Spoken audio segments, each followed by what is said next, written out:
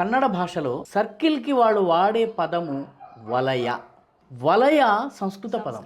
తమిళనాడులో దాహం వేస్తే నీర్, తన్నీర్ కుడు అంటారు.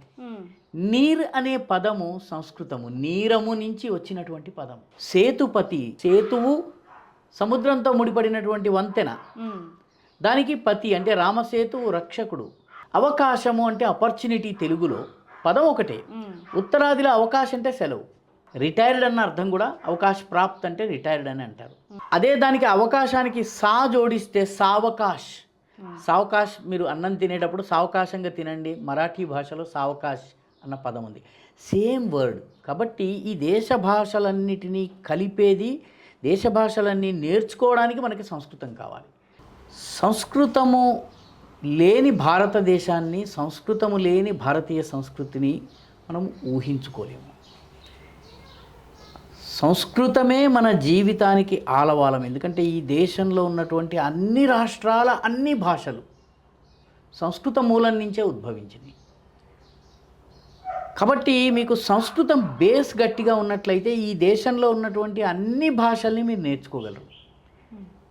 ఈ భాషలన్నీ కూడాను రావడానికి ముందు ఈ దేశంలో ఏ భాష నడిచింది? సంస్కృతం నడిచింది. సంస్కృతానికి సంబంధించిన అపభ్రంశాలు ఏమైనా నడిచి ఉండవచ్చు, లేకపోతే సంస్కృతానికి సంబంధించిన రూపాంతరాలుగానే ఈ భాషలన్నీ వచ్చినాయి. ఒక్కొక్క భాషలో వాడేటటువంటి ఒక్కొక్క పదజాలానికి, పదానికి సంస్కృతానికి ఉన్నటువంటి సంబంధము మనకు అర్థమైతే ఆ భాష తొందరగా నేర్చుకోగలం. ఉదాహరణకి కన్నడ భాషలో రౌండ్ అబౌట్ సర్కిల్ ఉంటుంది కదండి, రోడ్డు మధ్యలో ఉండే సర్కిల్ ఉంటుంది కదా, ఈ పలానా బెంచ్ సర్కిల్, ఆ సర్కిల్, సర్కిల్కి వాళ్ళు వాడే పదము వలయ. వలయ సంస్కృత పదం. తమిళనాడులో దాహం వేస్తే నీర్, తన్నీర్ కుడు అంటారు. నీర్ అనే పదము సంస్కృతము, నీరము నుంచి వచ్చినటువంటి పదం. మనకి సేతుపతి వాళ్ళ భాషలో చాలా గొప్ప వ్యక్తులు, రామనాథపురం రాజులు, వీళ్ళందరూ సేతుపతులు అవుతారు. సేతువు సముద్రంతో ముడిపడినటువంటి వంతెన, దానికి పతి అంటే రామసేతువు రక్షకుడు. కాబట్టి మీకు దేశంలోని ఏ భాషలోకి వెళ్ళినా మీకు సంస్కృతంలోని బేసిక్స్ అర్థమైతే మీకు ఆ భాష నేర్చుకోవడం సులువు. ఎందుకంటే అక్కడ మారేది కేవలం ఏంటంటే ఉచ్చారణ పద్ధతి మారుతుంది, దాని అక్వైర్డ్ మీనింగ్ మారుతుంది. అంటే ఒకే పదానికి ఉదాహరణకి సంసారము అనే పదం ఉంది. ఈ సంసారము అనే పదము తెలుగువాడికి ఒక అర్థము, ఉత్తరాది వాడికి ఒక అర్థము, మలయాళీ వాడికి ఒక అర్థము గోచరించవచ్చు. కానీ సంసార అనేటువంటి రూట్ కామన్. మనకి సంసారము అంటే కాపురము, ఉత్తరాదిన సంసారం అంటే ప్రపంచము, కేరళలో సంసారము అంటే మాట్లాడటం. కానీ పదం ఒకటే, బేసిక్ రూట్ సంస్కృతము. ఇటువంటి పదాలు మీకు అనేక పదాలు అన్ని భాషల్లో ఉన్నాయండి. అవకాశ్ అంటాము. అవకాశము అంటే ఆపర్చునిటీ, తెలుగులో పదం ఒకటే. ఉత్తరాదిలో అవకాశం అంటే సెలవు. రిటైర్డ్ అన్న అర్థం కూడా అవకాశ ప్రాప్త్ అంటే రిటైర్డ్ అని అంటారు. అదే దానికి అవకాశానికి సా జోడిస్తే సావకాశ్.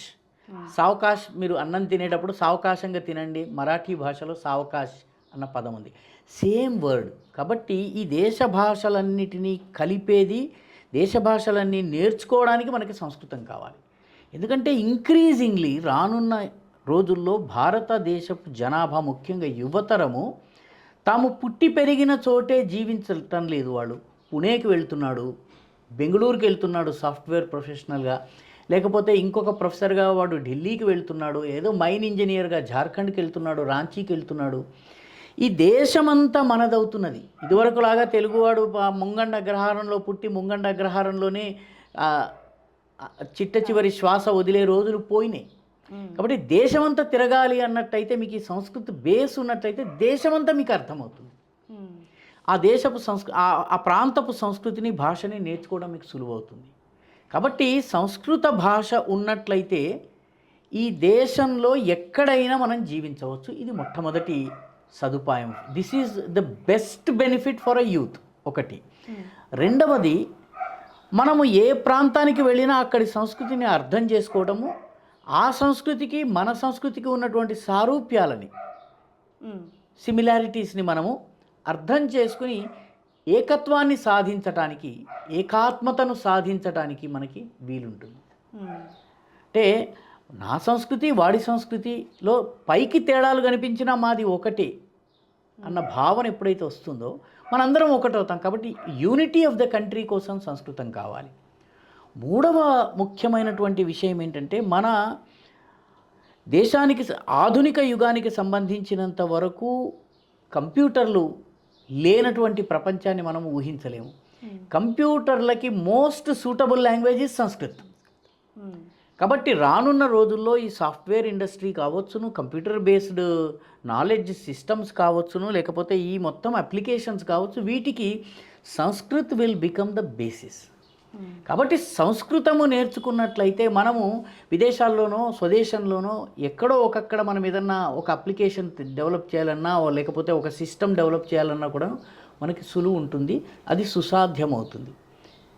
నాలుగవది ముఖ్యమైనటువంటిది ఏంటంటే, ఒకసారి మీరు సంస్కృతంతో మిమ్మల్ని మీరు అనుసంధానం చేసుకున్న తర్వాత మీకు ఈ సంస్కృతి వైపు వెళ్ళేటటువంటి ప్రేరణ లభిస్తుంది. ఈ సంస్కృతి లోపలికి వెళ్ళినప్పుడు మీరు నేర్చుకోవడం మొదలు పెడతారు. మన పురాణాలు ఉన్నాయి, మన శాస్త్రాలు ఉన్నాయి, మన శ్లోకాలు ఉన్నాయి, మన జ్ఞానం ఉంది, ఇవన్నీ కూడా మీరు నేర్చుకుంటాం. సంస్కృతాన్ని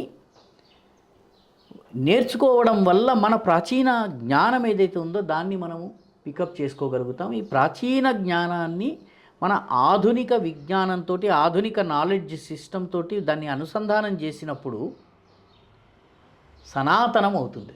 సనాతనం అంటే పాత కాదు, సనాతనం అంటే చిరపురాతనము, నిత్య నూతనము. ఈ రెండు కలిపితేనే సనాతనం అవుతుంది. పాత చింతకాయ పచ్చడి కాదు.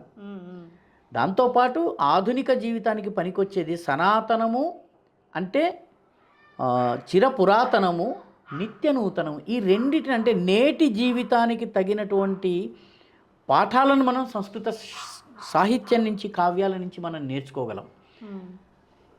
అందుకనే మీరు కొందరు గొప్ప కవులు కవిత్వం చదువుతూ ఉంటే వాళ్ళ కవిత్వం చాలా చిక్కగా అద్భుతమైనటువంటి అలంకారాలు, సమాసాలు, పదప్రయోగాలు ఉంటాయి. ఏంటి ఇంత బాగా ఎందుకు రాస్తున్నారంటే వాళ్ళ సంస్కృతి బేస్ గట్టిగా ఉంది. కమ్యూనిస్టు కవి అయినటువంటి శ్రీశ్రీ కూడా యముని మహిషపు లోహ గంటలు మబ్బు చాటున కణేల్ మన్న అన్నటువంటి ఈ రకమైనటువంటి అద్భుతమైనటువంటి పదప్రయోగాలతో కవిత్వం రాయడానికి బేస్ సంస్కృతం. కాబట్టి సంస్కృత భాష వల్ల ప్రధానంగా ఈ 4-5 లాభాలు ఉన్నాయి.